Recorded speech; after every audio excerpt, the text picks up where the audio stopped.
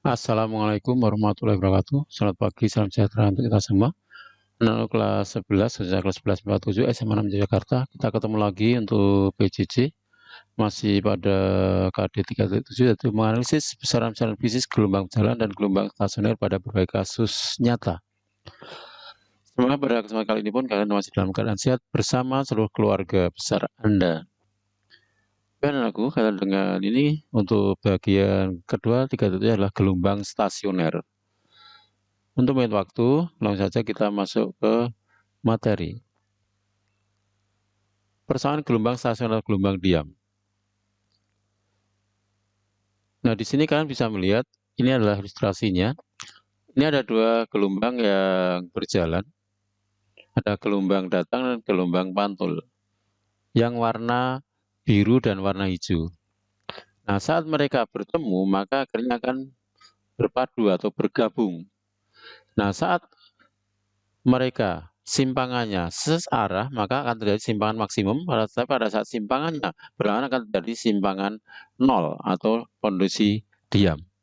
Ini kan bisa melihat di sini. Ini simpangan yang maksimum, di sini adalah simpangan yang diam. Ini saat keduanya arah getarannya berlawanan. Kalau di sini sama, maka akan jadi maksimum. Di bagian ini adalah simpangannya selalu berlawanan. Gitu. Nah, sebelum kita masuk ke sana, kita perlu pahami interferensi gelombang. Apa interferensi gelombang? Itu perpaduan atau gabungan dua gelombang atau lebih yang memiliki amplitudo dan frekuensi sama. Jadi amplitudo dan frekuensinya harus sama. Itu untuk bisa dipadukan. Prinsip superposisi itu dinyatakan ketika dua gelombang atau lebih datang bersamaan pada satu titik, maka resultan getaran adalah jumlah getaran dari masing-masing getaran gelombang. Kita bisa melihat di sini. Ini gambar pertama dan kedua, baris pertama dan kedua ini adalah dua gelombang yang bertemu. Saat ini simpangannya itu resultanya adalah di sini. Saat simpangannya itu saling berlawanan, maka di sini akan jadi nol, tapi saat searah akan jadi maksimum. Itu kalian bisa melihat di situ.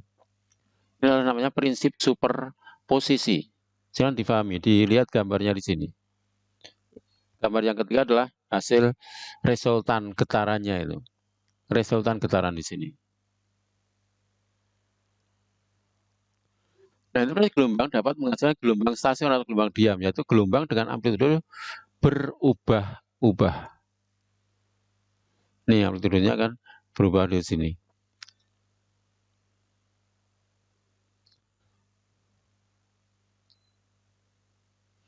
Ini ada perut, di sini adalah apa? Simpul, di sini perut.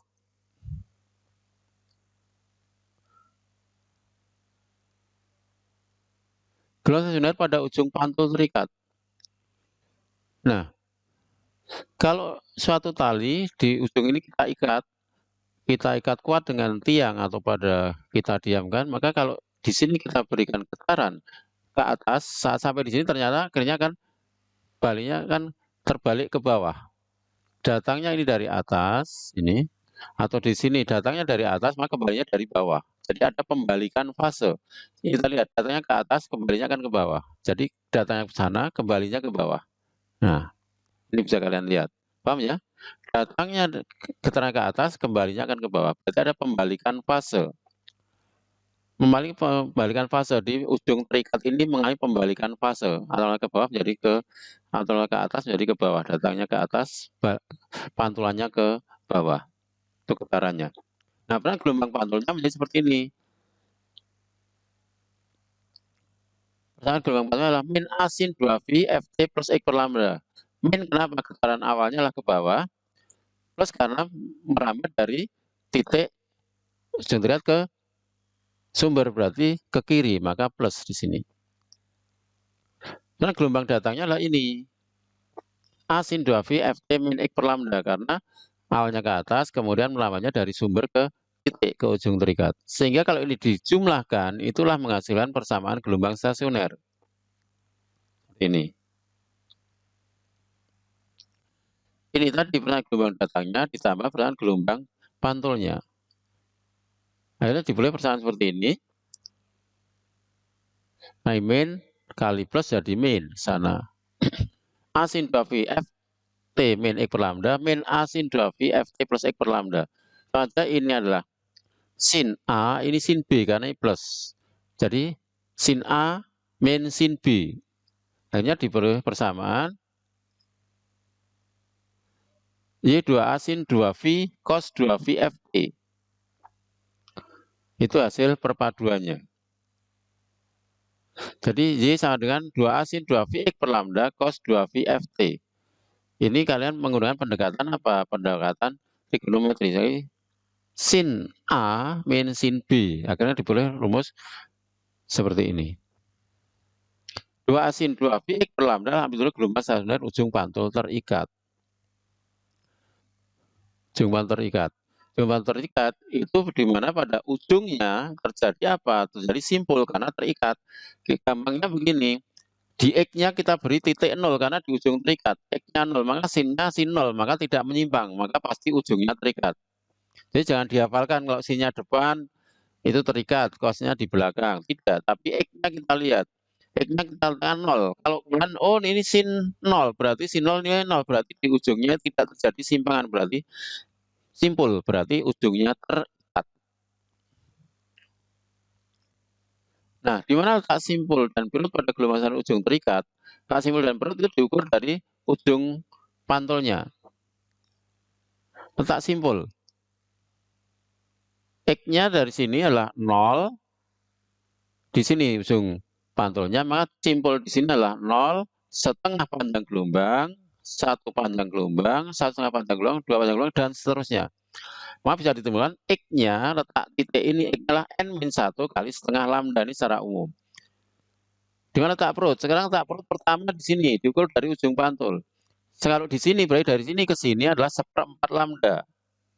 Di sini berarti setengah lambda, maka letaknya adalah 3/4 lambda, maka 1/4 lambda, 3/4 lambda, 5/4 lambda, 7/4 lambda, dan seterusnya. Maka letak perut pada gelombang stasioner ujung pantul terikat adalah X sama 2N-1 kali 1/4 lambda dari sini.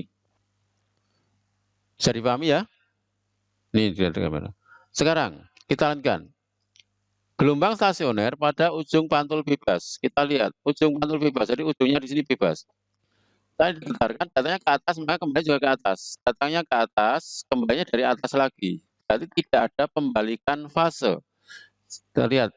Kalian nanti bisa lihat lagi di gelombang terikat. Itu maka datanya ke atas akan ke bawah. Kalau di sini datanya dari ke atas, maka kembalinya juga dari atas. Berarti tidak ada pembalikan fase atau fasenya tetap.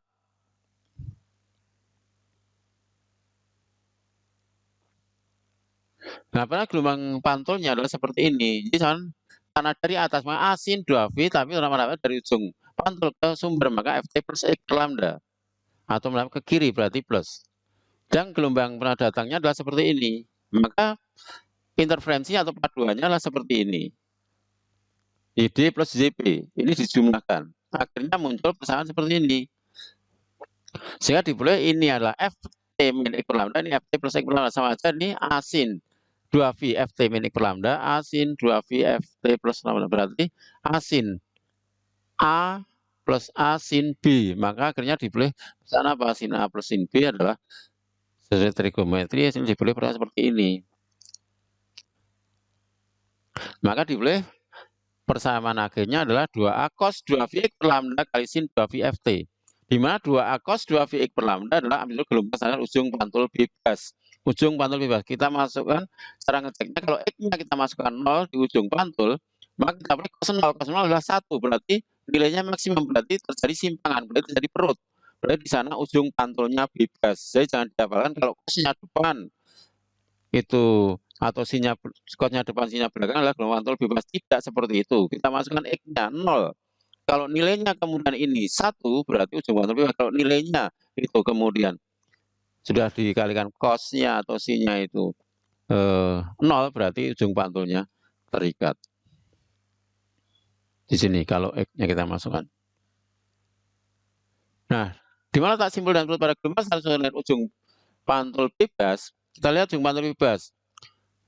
Sekarang letak simpul di sini pertama kali. Simpul dari ujung pantul adalah sini 1/4 lambda, kemudian 3/4 lambda, kemudian 5/8 7/4 lambda, seperti ini. Sehingga diberi rumus X-nya adalah 2N-1 kali 1/4 lambda. Kebalikan yang tadi.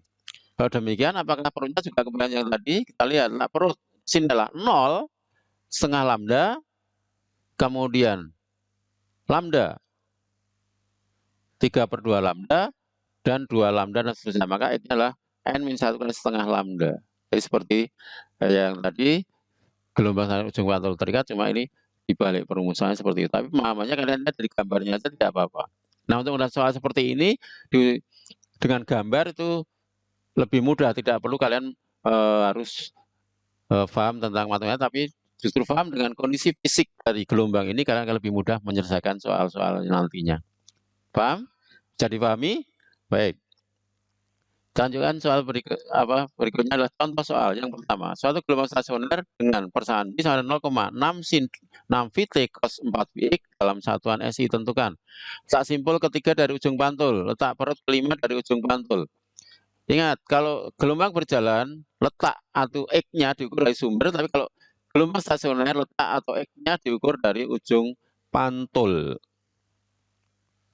Untuk soal begini, maka kita analisis, jawabannya adalah diketahui Y-nya ini, ditanya A, X-nya berapa bila N sama dengan 3. Ini simbolnya, simbol ketiga. X-nya berapa bila perut kelima. Maka penyelesaiannya adalah seperti ini. Y 0,8 sin 6 Vt cos 4 Vx. Kalau ini berarti gelombang stasioner ujung pantul apa? Ujung pantul bebas. Karena kalau X-nya kita masukkan 0, akhirnya dipilih cos 0 berarti 1. Maka di ujung pantulnya adalah menyimpang maksimum. Sehingga kita pilih lambdanya adalah 0,5 meter. Sehingga kalau kita masukkan ke rumus, seperti ini, rumus, nah jawabannya itu. Nah, untuk yang B, letak perut kelima, seperti ini jawabannya. Semoga bisa difahami. Dengan gambar pun kan akan lebih mudah. Yang penting tadi lambdanya sudah ketemu. Lambda berapa? Setengah meter. Nah, setengah meter berarti kalau perut simpul ketiga, ujung bebas itu adalah tadi berapa? Ada 5/4 lambda. Dilihat dari gambar bisa. Kita hitung saja. Berikutnya, soal kedua. Suatu tali panjang 8 meter, ujung satu digetarkan, ujung lain terikat, menghasilkan gelombang saluran dengan frekuensi 2 Hz dan panjang gelombang 0,2 meter. Tentukan letak perut kedua dari titik asal getaran gelombang stasioner. Ingat, dari titik asal. Titik asal, bukan dari ujung pantul. Ini yang perlu dipahami. L-nya 8 meter, F-nya 2 Hz, lambda 0,25 meter. Ditanya Lx, berapa bila N-nya 2. Ini perut kedua diukur dari ujung titik asal. Nah, untuk soal ketiga, suatu tali panjang 4 meter menghasilkan gelombang stasioner dengan ujung pantul bebas pada titik yang berjarak 2 cm dari titik asal gelombang stasioner dari simpul kedua. Tentukan panjang gelombangnya. Nah, ini bisa kita lihat seperti ini. Oh, yang ini soal yang kedua tadi. Soal nomor 2 tadi, ini jawabannya. Jadi lambda sudah ketemu 0,2 meter, masukkan ke sana. Sehingga dulu rumus hasil seperti ini. Baik, terima kasih. Demikian yang bisa kita pelajari. Semoga kalian bisa memahami. Ada kurang-kurangan karena di sini memang situasinya, sehingga kalian bisa mencoba mengerjakan soal yang ada.